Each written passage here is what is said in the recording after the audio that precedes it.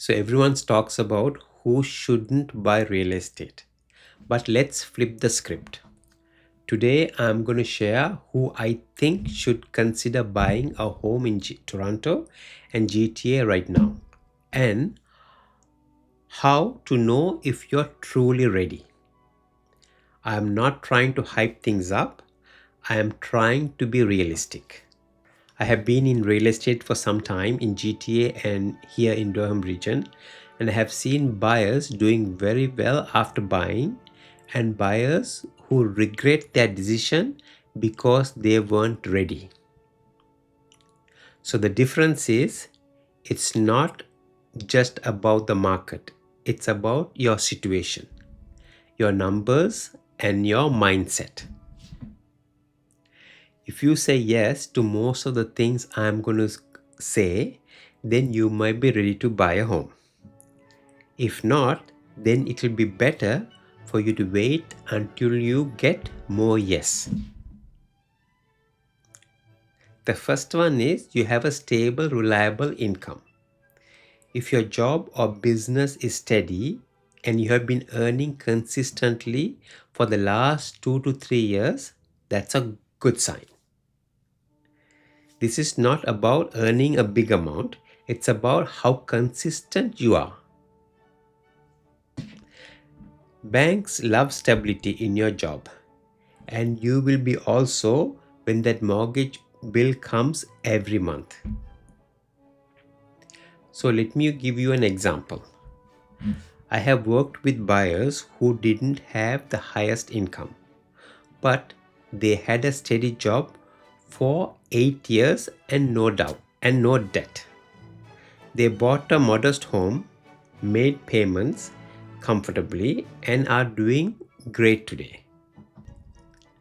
The second one is your housing cost should not exceed 35% to 40% of your take home pay.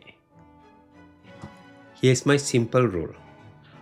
After you buy, all your housing cost, mortgage, taxes, insurance, utilities should fit within 35% to 40% of your net income.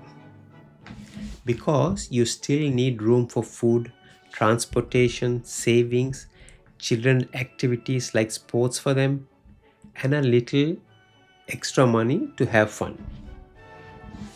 If your monthly mortgage is so tight you cannot handle a $200 emergency, you're setting yourself up for stress. I have seen people qualify for 900,000 home, but instead they bought for 750,000. And now they are sleeping better because they are not stretched to the maximum. To the third point, you have a solid down payment and emergency fund. A down payment shows you're serious and reduces your monthly mortgage costs. But an emergency fund is also very important. Things can break, roofs can leak, furnaces can quit on you, property taxes can go up. You want at least 3 to 6 months of expenses saved so you're not panicking if something goes wrong. I had a client whose hot water tank broke within 3 weeks after moving in. Because they had extra savings, it was a minor headache. It was not a financial disaster for them. So the fourth one is you should plan to stay in the house for at least 5 plus years. If you're planning to move within 2 years, buying probably doesn't make sense. There's closing costs, land transfer costs, realtor fees, they all add up. So by staying longer, it gives your home a better chance to appreciate and allows you to spread out those upfront costs. For an example, a young couple I worked with bought a townhouse, stayed for 7 years, built equity, then sold and moved up to a detached home. Because they stayed long enough, they avoided losing money on fees. So now the fifth one, very important. You're not relying on your home to make you rich. You're not relying on your home to make you rich. If your plan is, I will buy now and sell in a year for a profit, that's gambling. You should buy for stability, comfort, and long term value, and not for a quick payday. So, if the numbers don't work without price growth, it's not the right property for you. Long time ago, one investor I know only buys when the property produces at least $300 a month positive cash flow after all the costs. That way, even if the market stalls, he's still making money. So, the sixth one is you're mentally ready for the responsibility. Owning a home is amazing and gives you a good feeling, but it's also work. You can't just call the landlord when something breaks.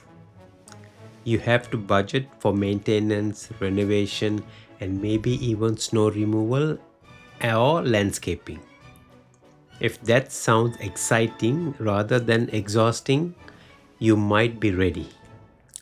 So, to sum it up, you should consider buying if you have a stable income, housing cost stays under 40% of your take home pay, you have got a solid down payment and emergency fund, you plan to stay in the house for 5 years or more, you're not depending on price growth to win, you're ready for the responsibility. If you have got a yes for most of these, then it might be your time.